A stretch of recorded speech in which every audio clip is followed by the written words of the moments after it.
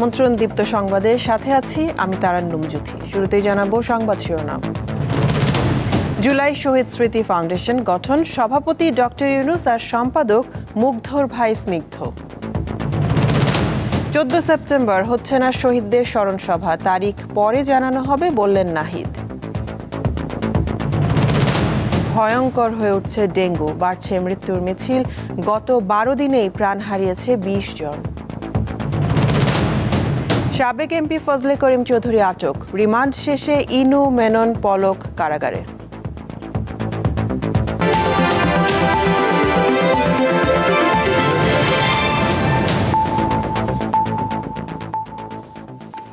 জুলাই শহীদ স্মৃতি ফাউন্ডেশন গঠন করেছে অন্তর্বর্তী সরকার। এর সভাপতি প্রধান উপদেষ্টা ডক্টর মোহাম্মদ ইউনূস এবং সাধারণ সম্পাদক করা হয়েছে ছাত্র আন্দোলনে প্রাণ হারানো মুগ্ধর বড় ভাই মীর মাহবুবুর রহমান স্নিগ্ধকে। সকালে উপদেষ্টা পরিষদের সভায় এই ফাউন্ডেশন গঠন করা হয়। বিকালে ব্রিফিংয়ে উপদেষ্টা আসিফ মাহমুদ জানান, শ্রমিক অসন্তোষ দ্রুতই স্বাভাবিক হবে। বৃহস্পতিবার সকালে রাজধানীর তেজগাঁওয়ে প্রধান উপদেষ্টার কার্যালয়ে উপদেষ্টা পরিষদের সভা অনুষ্ঠিত হয়। জুলাই শহীদ স্মৃতি ফাউন্ডেশন গঠন সহ বেশ কিছু সিদ্ধান্ত হয় সভায়। বিকালে রাজধানীর ফরেন সার্ভিস একাডেমিতে উপদেষ্টা পরিষদের সভার বিভিন্ন দিক তুলে ধরেন দুই উপদেষ্টা। জুলাই শহীদ স্মৃতি ফাউন্ডেশন করার কথা ছিল, সেটি গঠন করা হয়েছে। সভাপতি হিসেবে আছেন আমাদের মাননীয় প্রধান উপদেষ্টা ডক্টর মোহাম্মদ ইউনূস স্যার, আর সাধারণ সম্পাদক হিসেবে আছেন শহীদ মুগ্ধর বড় ভাই। সুদে আসলে বেড়ে আমাদের পাওনা হয়েছে 873,65,853 টাকা। এই টাকাটা বারবার চাওয়া সত্ত্বেও বর্তমানের পদ্মা ব্যাংক এবং এর আগের ফার্মার্স ব্যাংক আমাদেরকে দিতে পারছে না। সাংবাদিকদের প্রশ্নের জবাবে শেখ হাসিনার দেশে ফেরা নিয়ে কথা বলেন সৈয়দা রিজওয়ানা হাসান। পাশাপাশি সংস্কার ও নির্বাচন প্রসঙ্গ আসে তার কথাই। ফ্যাসিবাদী ব্যবস্থার মুখপাত্র হিসাবে বিচারের প্রক্রিয়াতে তাকে থাকতে হবে, কারণ দায় দায়িত্ব এখানে একটা ব্যাপার আছে।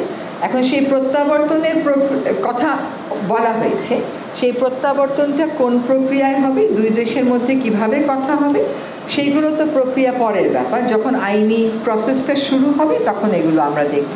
সংস্কার বিষয়ে সুনির্দিষ্ট অঙ্গীকার, সুনির্দিষ্ট কোনো ক্ষেত্রে সংশোধনী এনে তারপরেই আমরা নির্বাচনের কথা ভাবছি, এবং রাজনৈতিক দলগুলো ইতিমধ্যে স্পষ্ট করেছেন যে আগে সংস্কার, পরে তারা নির্বাচনে যেতে চান। সাম্প্রতিক শ্রমিক অসন্তোষের প্রসঙ্গ টেনে আসিফ মাহমুদ বলেন, দ্রুতই পরিস্থিতি স্বাভাবিক হবে। আমাদের এক্সিস্টিং যে ব্যবস্থা তার বাইরে গিয়ে একটা রিভিউ কমিটি করে দেয়া, আশা করি খুব দ্রুত সময়ের মধ্যে আমরা যে লেবার আনরেস্ট আছে সেটা নিয়ন্ত্রণে আসবে এবং শ্রমিকদের যেই জেনুইন প্রবলেমগুলো আছে সেগুলো আমরা সমাধান দিতে পারব। 2-3 সপ্তাহের মধ্যে দেনা পাওনা পরিশোধ করে লোডশেডিং সমস্যার সমাধান করা হবে, এমন আলোচনাও উপদেষ্টা পরিষদের সভায় হয়েছে বলে জানানো হয় ব্রিফিংয়ে। আনোয়ার হোসেন, দীপ্ত সংবাদ, ঢাকা। ছাত্র জনতার অভ্যুত্থানে নিহত ব্যক্তিদের স্মরণে 14 সেপ্টেম্বরের স্মরণ সভা হচ্ছে না, পরে নতুন তারিখ জানানো হবে বলে জানিয়েছেন তথ্য ও সম্প্রচার উপদেষ্টা নাহিদ ইসলাম। বৃহস্পতিবার সচিবালয়ে সংবাদ সম্মেলনে তিনি জানান, গণমাধ্যম সংস্কারের জন্য কমিশন গঠন করা হবে, পরে সেটাই গণমাধ্যম কমিশন রূপে নেবে। কোটা সংস্কার আন্দোলনকে কেন্দ্র করে সরকার পতনের দাবিতে এক দফা আন্দোলনে হতাহত ব্যক্তিদের বিষয়ে তথ্য উপদেষ্টা জানিয়েছেন, স্বাস্থ্য মন্ত্রণালয় থেকে এখন পর্যন্ত 728 জন শহীদের তালিকা পেয়েছেন। এছাড়া আহত হয়েছেন 20,263 জন।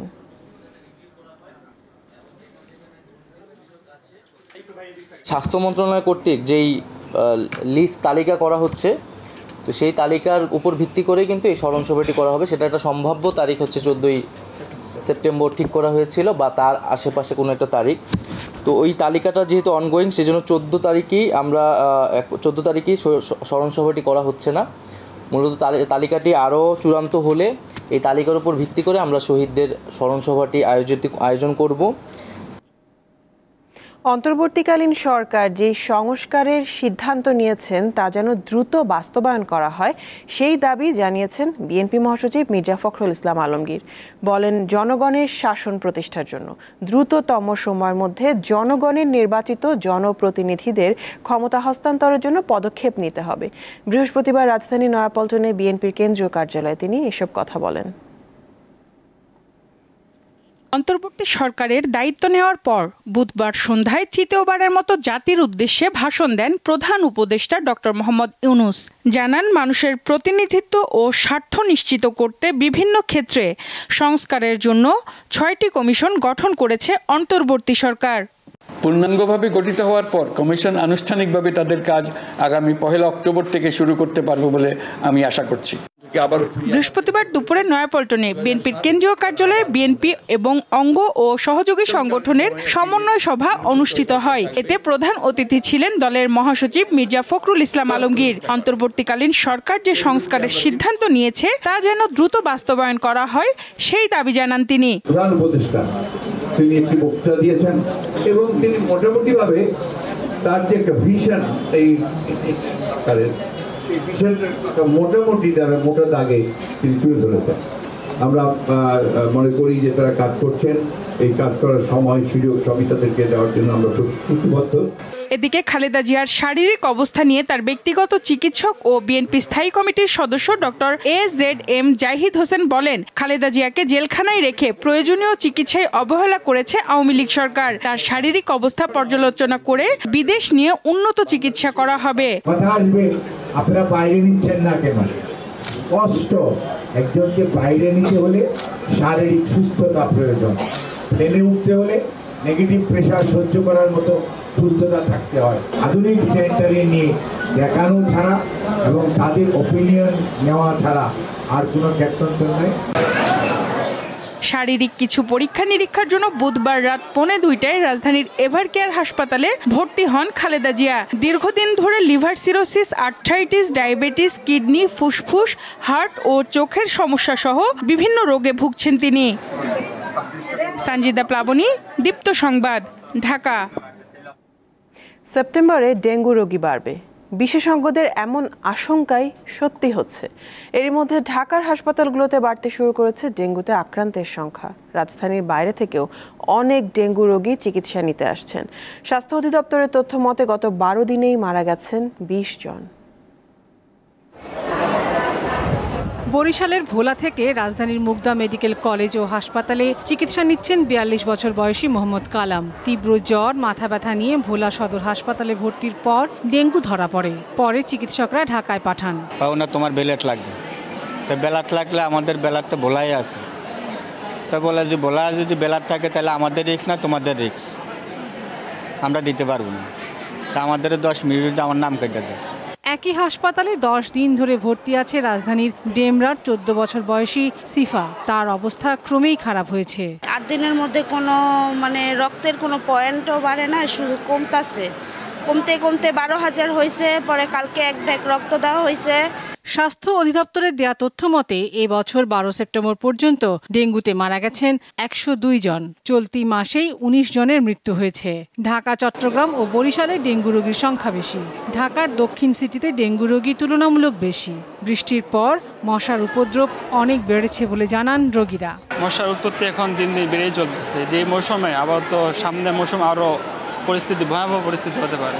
মাঝে মাঝে সিটি কর্পোরেশনের লোক এসে মেরে যায়। চিকিৎসকরা বলছেন এবার 1 থেকে 2 দিনের মধ্যে রোগীর অবস্থা খারাপ হওয়ার লক্ষণ কম। গতবার যে সিমটমগুলো দেখেছিলাম, এই সিমটমগুলো এবং ক্রিটিক্যাল কিছু কন্ডিশন ছিল, সেটা এবার আমরা কম পাচ্ছি। যেমন গতবার পেশেন্ট আসতো, শক নিয়ে আসতো, পেশেন্ট দেখা যাচ্ছে যে আনকনশাস হয়ে আসতো, পেশেন্ট দেখা যাচ্ছে যে তার ব্লিডিং হচ্ছে, রক্তপাত হচ্ছে। এই সিমটমগুলো এখন কম। ডেঙ্গু মোকাবেলায় প্রয়োজনীয় চুক্তিভিত্তিক লোক নিয়োগ করে ময়লা ও জমে থাকা পানি নিষ্কাশন ও মশার ওষুধ ছিটানোর পরামর্শ দিয়েছেন বিশেষজ্ঞরা। এই ডেঙ্গু পরিস্থিতিকে এখনই যদি আমরা নিয়ন্ত্রণ করতে না পারি তাহলে আগামী দিনগুলোতে পরিস্থিতি আরও ভয়াবহ হবে বলে আমাদের গবেষণা মডেল বলছে। যেই বাড়ি থেকে ডেঙ্গু রোগীটি হয়েছে সেইটাকে কেন্দ্র করে 200 মিটারের পেরিফেরি ধরে সেইখানে ফগিং করে উড়ন্ত মশাগুলোকে মেরে দিতে হবে। এডিস মশাকে লার্ভা অবস্থায় আমাদেরকে ধ্বংস করতে হবে। এদিকে এডিস মশার ঘনত্ব নির্ণয় জরিপ কার্যক্রম অনেক দিন ধরেই হচ্ছে না। এ বিষয়ে জানতে চাইলে সংশ্লিষ্ট কেউ কথা বলতে রাজি হননি। লাবণী গুহ, দীপ্ত সংবাদ, ঢাকা। আখাউড়া সীমান্ত থেকে চট্টগ্রাম 6 রাউজানের সাবেক এমপি ফজলে করিম চৌধুরী সহ 3 জনকে আটক করেছে বিজিবি। সকাল 6:30টার দিকে বিজিবির সরাইল ব্যাটালিয়নের 25 বিজিবির ফকির মোড়া টহল দল আখাউড়া সীমান্তের আবদুল্লাপুর থেকে তাদের আটক করে। এ সময় অবৈধভাবে সীমান্ত অতিক্রম করে ভারতে যাওয়ার চেষ্টা করছিলেন এবিএম ফজলে করিম চৌধুরী। আখাউড়া নূরপুর এলাকার সাবেক ইউপি সদস্য হান্নান মোল্লা এবং আখাউড়ার স্থানীয় বাসিন্দা ও মানব পাচারকারী চক্রের সদস্য নাইম চৌধুরীকেও এই সময় আটক করা হয়। পরে তাদের আখাউড়া থানায় হস্তান্তর করে বিজিবি।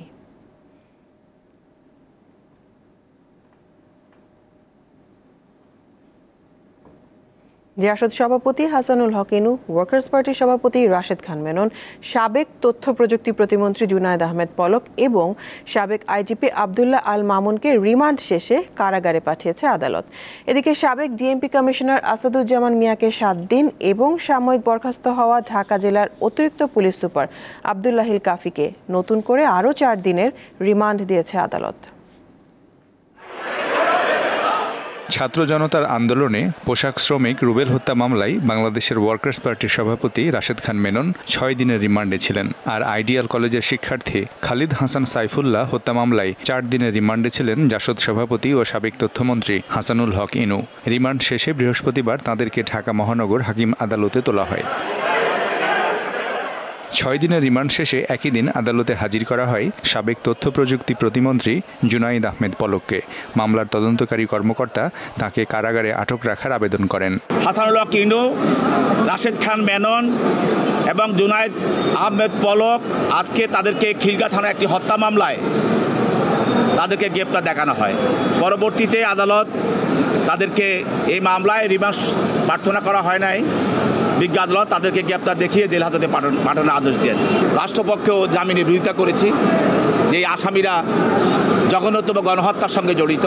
বয়স বিবেচনায় ইনু ও মেননকে জামিন দিতে আদালতের কাছে অনুরোধ করেন আসামি পক্ষের আইনজীবী। তবে শুনানিতে টেকেনি ওই আবেদন। যে একটি মামলার রিমান্ড শেষ হওয়া মাত্রই আরেকটি মামলায় সম্পৃক্ত করা হয়, এভাবে যদি ঢালাওভাবে মামলা দেওয়া হয় এবং ঢালাওভাবে আসামি করা হয়, তাহলে আইন ও আদালতের প্রতি এবং জুডিশিয়ালের প্রতি মানুষের আস্থা এবং বিশ্বাস কমে যাবে। শুধু আমাদের রাজনৈতিক উদ্দেশ্যের কারণে, রাজনৈতিক কারণে এই মামলাগুলি একের পর এক মামলাগুলো করে যাচ্ছে। এদিকে মোহাম্মদপুরের দোকানদার আবু সাইদ হত্যা মামলায় সাবেক আইজিপি আবদুল্লাহ আল মামুনকে 8 দিনের রিমান্ড দেয় আদালত। বৃহস্পতিবার তাঁকেও আদালতে হাজির করা হলে শুনানিতে কারাগারে পাঠানোর আদেশ দেন বিচারক। এছাড়া বুধবার রাতে রাজধানীর মহাখালী থেকে গ্রেপ্তার হওয়া সাবেক ডিএমপি কমিশনার আসাদুজ্জামান মিয়াকে পরদিন আদালতে তোলা হয়। পুলিশ হেফাজতে নিয়ে হত্যার অভিযোগে খিলগাঁও থানায় মামলা হয় তার বিরুদ্ধে। ঢাকা জেলার অতিরিক্ত পুলিশ সুপার আবদুল্লাহিল কাফির নতুন করে আরও 4 দিনের রিমান্ড মঞ্জুর করেছে আদালত। সাভার থানার একটি হত্যা মামলায় আদালত তাঁর রিমান্ড মঞ্জুর করে। সাভার থানা যেটা জঘন্যতম মামলা। মিজানুর রহমান, দীপ্ত সংবাদ, ঢাকা। 3 দিন বন্ধ থাকার পর বিদ্যুৎ উৎপাদন শুরু করেছে দিনাজপুরের বড়পুকুরিয়া তাপবিদ্যুৎ কেন্দ্র। বৃহস্পতিবার রাত 8টা থেকে বিদ্যুৎ উৎপাদন শুরু হয়। বর্তমানে 1 নম্বর ইউনিট থেকে উৎপাদিত 60 থেকে 65 মেগাওয়াট বিদ্যুৎ জাতীয় গ্রিডে সরবরাহ হচ্ছে। গত সোমবার বিকেলে বড়পুকুরিয়া কয়লাভিত্তিক 525 মেগাওয়াট বিদ্যুৎ কেন্দ্রে বিদ্যুৎ উৎপাদন বন্ধ হয়ে যায়। চাঁদাবাজ ও সিন্ডিকেটের বিরুদ্ধে সবাইকে সোচ্চার হওয়ার আহ্বান জানিয়েছেন বৈষম্য বিরোধী ছাত্র আন্দোলনের অন্যতম সমন্বয়ক সার্জিস আলম। বিকেলে টাঙ্গাইলের শহীদ স্মৃতি পৌর উদ্যানে ছাত্র নাগরিক মতবিনিময় সভায় তিনি বলেন, কেউ যদি এখনও চিন্তা করে ছাত্র জনতাকে ব্যবহার করে ফ্যাসিস্ট হয়ে উঠবে, তারা যেন শেখ হাসিনাকে দেখে শিক্ষা নেয়। ঝিনাইদহ ও চাঁদপুরে শিক্ষার্থীদের সাথে মতবিনিময় করেছেন বৈষম্য বিরোধী ছাত্র আন্দোলনের কেন্দ্রীয় সমন্বয়করা। এদিকে হবিগঞ্জে বৈষম্য বিরোধী ছাত্র আন্দোলনের সমন্বয়করা 2টি ভাগে বিভক্ত হয়ে সংঘর্ষে জড়িয়ে পড়ে। এক পর্যায়ে উপজেলা পরিষদ হলরুমে ভাঙচুর করে একটি গ্রুপ।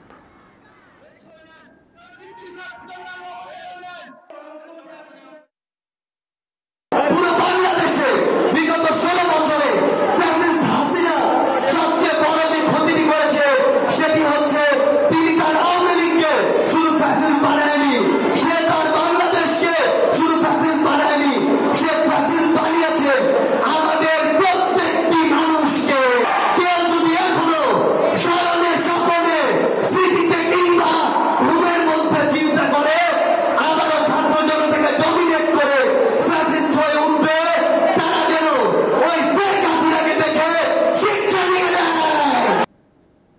শ্রমিক অসন্তোষের জেরে আশুলিয়া শিল্পাঞ্চলে আজ 219টি কারখানায় উৎপাদন বন্ধ ছিল। এর মধ্যে 86টি কারখানা শ্রম আইন অনুযায়ী বন্ধ রাখে কর্তৃপক্ষ। বাকি 133টি কারখানায় দেয়া হয় সাধারণ ছুটি। এছাড়া ঢাকা ইপিজেড সহ শিল্পাঞ্চলের অন্যান্য কারখানা চালু ছিল। শিল্প পুলিশ জানায়, আজ শিল্পাঞ্চলের কোথাও কোনো সড়ক অবরোধ সহ কারখানায় হামলা বা ভাঙচুরের ঘটনা ঘটেনি। তবে অভ্যন্তরীণ শ্রমিক অসন্তোষের কারণে বেশ কিছু কারখানার শ্রমিকরা কাজে যোগ দেয়নি। শিল্পাঞ্চলে যে কোনো ধরনের অপ্রীতিকর ঘটনা এড়াতে কারখানাগুলোর সামনে মোতায়েন করা হয় অতিরিক্ত পুলিশ সদস্য।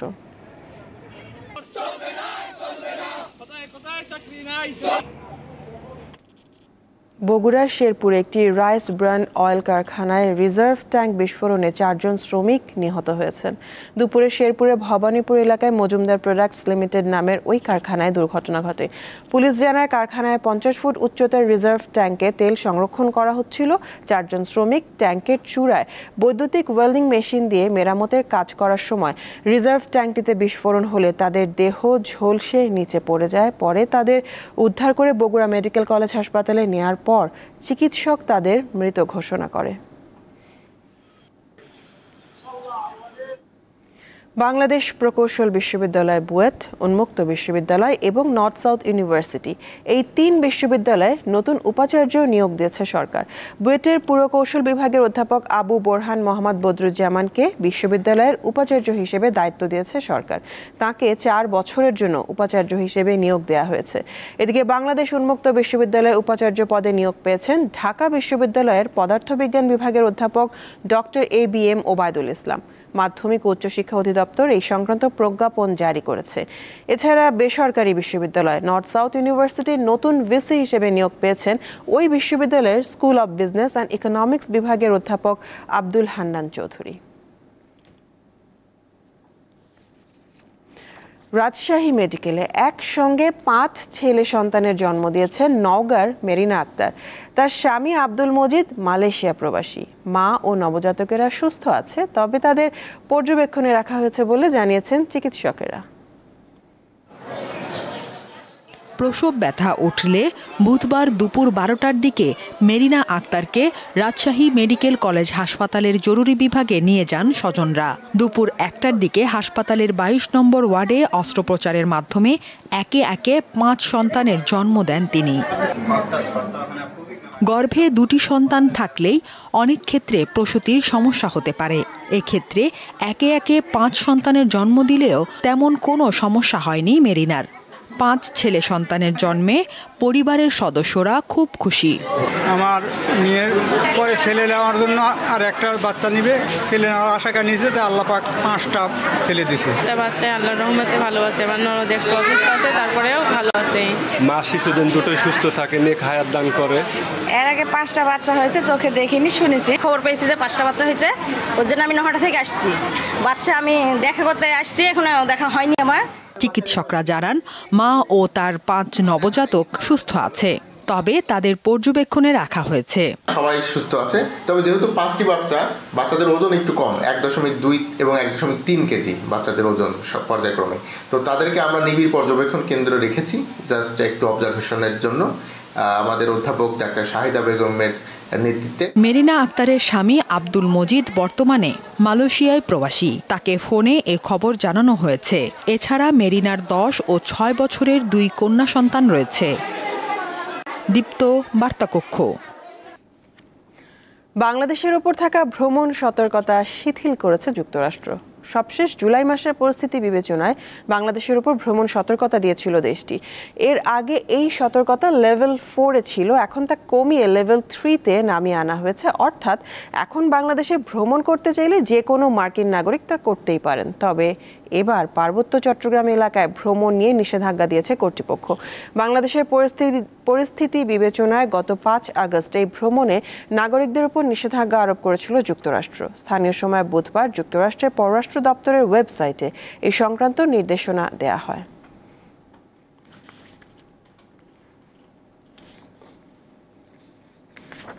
বাংলাদেশের সাবেক প্রধানমন্ত্রী শেখ হাসিনাকে দেশে ফেরত পাঠানোর ব্যাপারে কূটনৈতিক উপায়ে অন্তর্বর্তী সরকারের সাথে কাজ করবে ভারত। এক প্রশ্নের জবাবে এই কথা জানিয়েছেন ভারতের পররাষ্ট্রমন্ত্রী এস জয়শঙ্কর। স্থানীয় সময় মঙ্গলবার বার্লিনে জার্মান পররাষ্ট্রমন্ত্রী অ্যানালেনা বেয়ারবকের সঙ্গে বৈঠকের পর যৌথ সংবাদ সম্মেলনের আয়োজন করা হয়।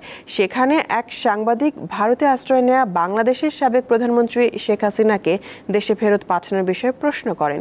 জবাবে জয়শঙ্কর এই মন্তব্য করেন। ছাত্র জনতার অভ্যুত্থানে গত 5 আগস্ট আওয়ামী লীগ সরকারের পতন হয়। প্রধানমন্ত্রী পদ থেকে পদত্যাগ করে দেশ ছেড়ে ভারতে পালিয়ে যান শেখ হাসিনা।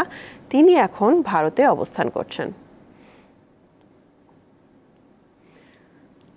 ভারতের উত্তর পূর্বাঞ্চলীয় মণিপুর রাজ্যের পরিস্থিতি এখন নিয়ন্ত্রণে বলে জানিয়েছেন কেন্দ্রীয় আধা সামরিক বাহিনী মহাপরিচালক মনীশ কুমার।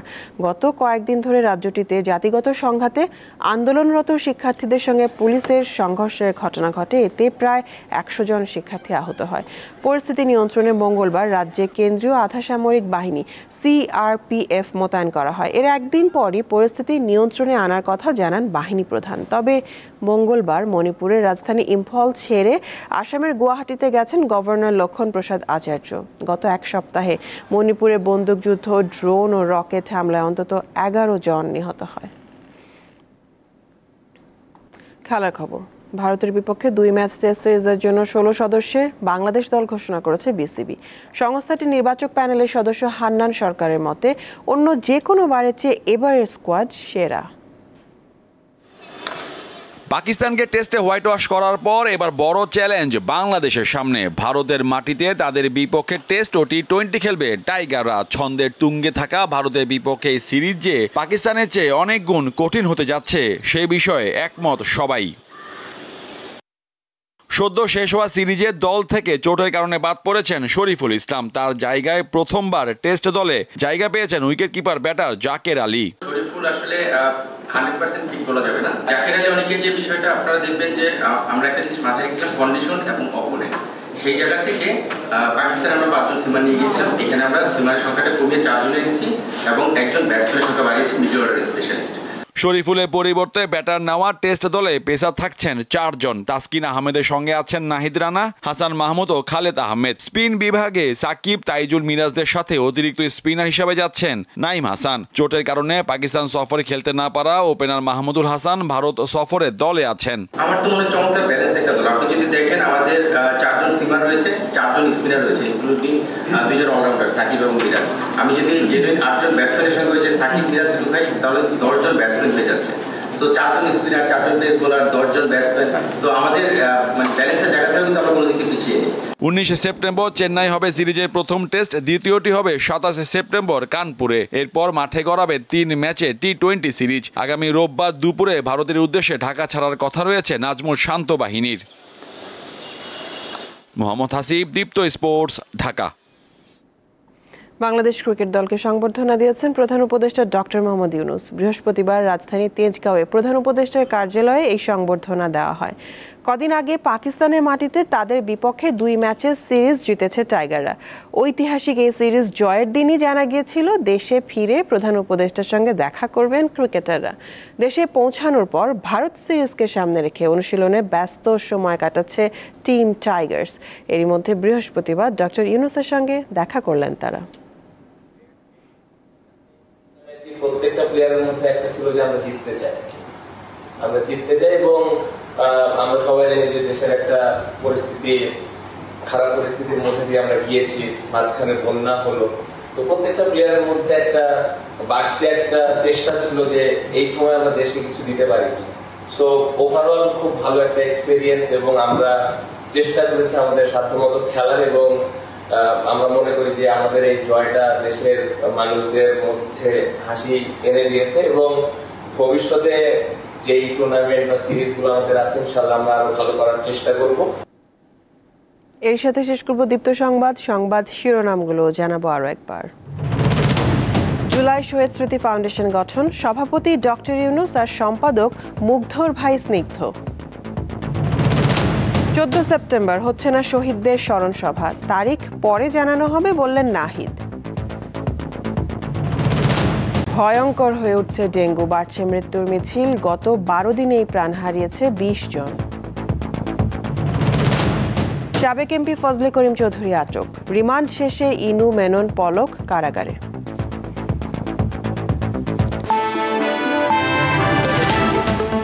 এ ছিল এখনকার মতন। আমি তারান্নুম জ্যোতি বিদায় নিচ্ছি। দর্শক, আরও তথ্য বিনোদনের সংবাদ জানতে যুক্ত থাকুন দীপ্ত টিভির ডিজিটাল প্ল্যাটফর্মগুলোতে। ধন্যবাদ সবাইকে।